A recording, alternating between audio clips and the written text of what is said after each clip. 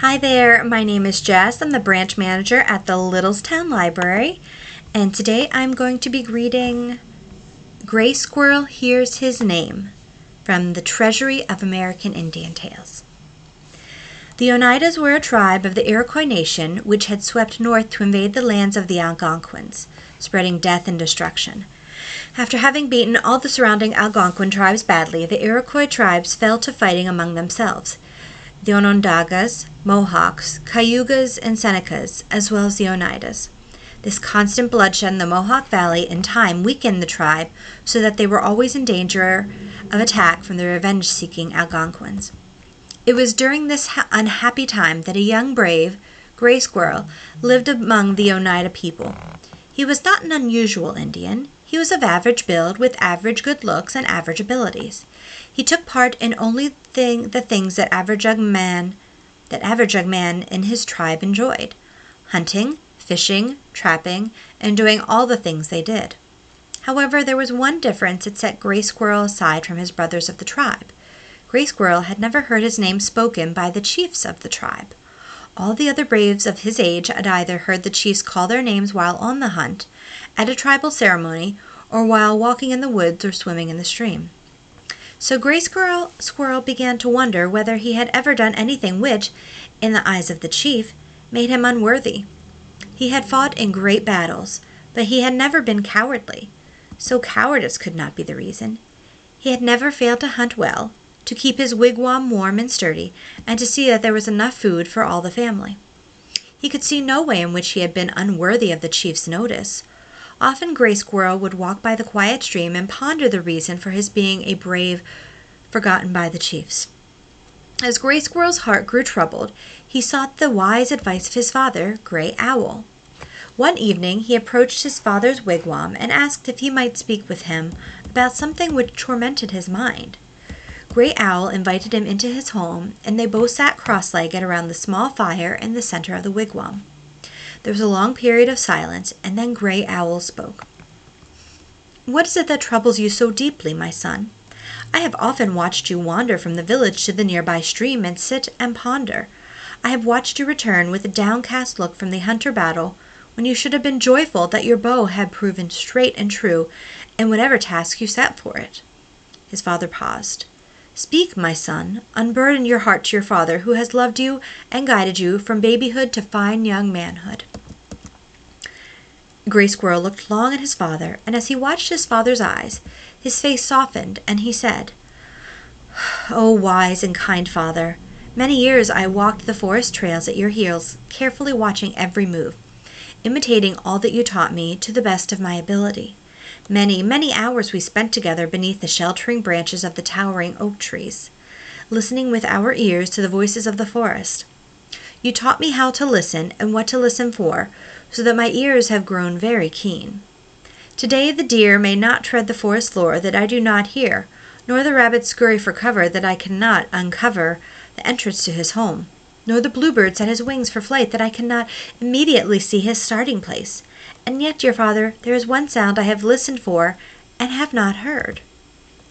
Gray Owl had been listening calmly to all that his young son had to say. Surprise crossed his face with his son's last words, and then a gentle smile came upon his lips. "Tell me, Gray Squirrel, what is this sound you listen so hard for but cannot hear?" "Oh, father," Gray Squirrel said, "I have listened for the voices of our great chiefs calling my name. But at this day I have not heard them. Am I not in favor with those who watch over our tribe and guide our feet along the safe paths?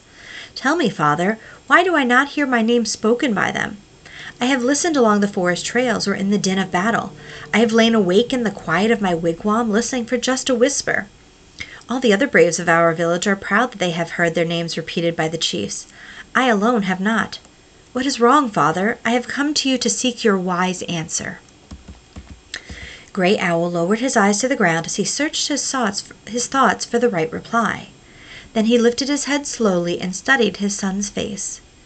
He began to speak slowly and kindly. "My son, you have made one very great mistake. Without having meant to do so, you have done the one thing which could have prevented you from hearing the chiefs call your name." "Tell me, father," Gray Squirrel said impatiently. "Tell me what it is." Gray Owl rose and walked behind his son. Placing his hands upon the young man's shoulders, he said, "Because you have walked in search of their praise, you have spent many hours expecting to hear them praise you. Do not listen so hard, my son. Live your life the best you know how. One day you shall be rewarded by hearing the voices of the chiefs who watch over our tribe. Do not be troubled any longer. Return to your wigwam and your family, and continue to be a good husband and father. If you will allow it to worry you greatly, it will soon hurt your whole life. You are young, my son. You have not been forgotten." Gray Squirrel rose then and faced his father. "Father," he said, "your words are of little comfort, but I will follow your advice, for it has been wise and good through the years of my youth." With that, Gray Squirrel turned and left his father's wigwam. He returned to his own home and was greeted warmly by his good wife, Morning Star, who had prepared a fine meal for him. All through his dinner, Gray Squirrel thought carefully about his father's words.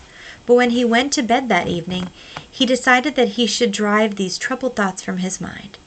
The weeks that followed were very pleasant for Gray Squirrel. The hunting and fishing were good.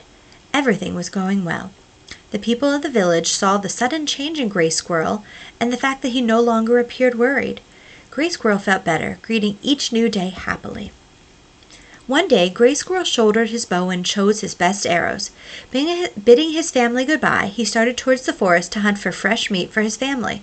He trotted easily along the forest trail, stopping now and then to study the ground and look for signs of moving game. He had been on the trail for a while when he came to a narrow stream. Stooping to drink of the fresh, cool water, he stopped with his hand halfway to his mouth. He blinked his eyes and looked again into the stream, not moving a muscle.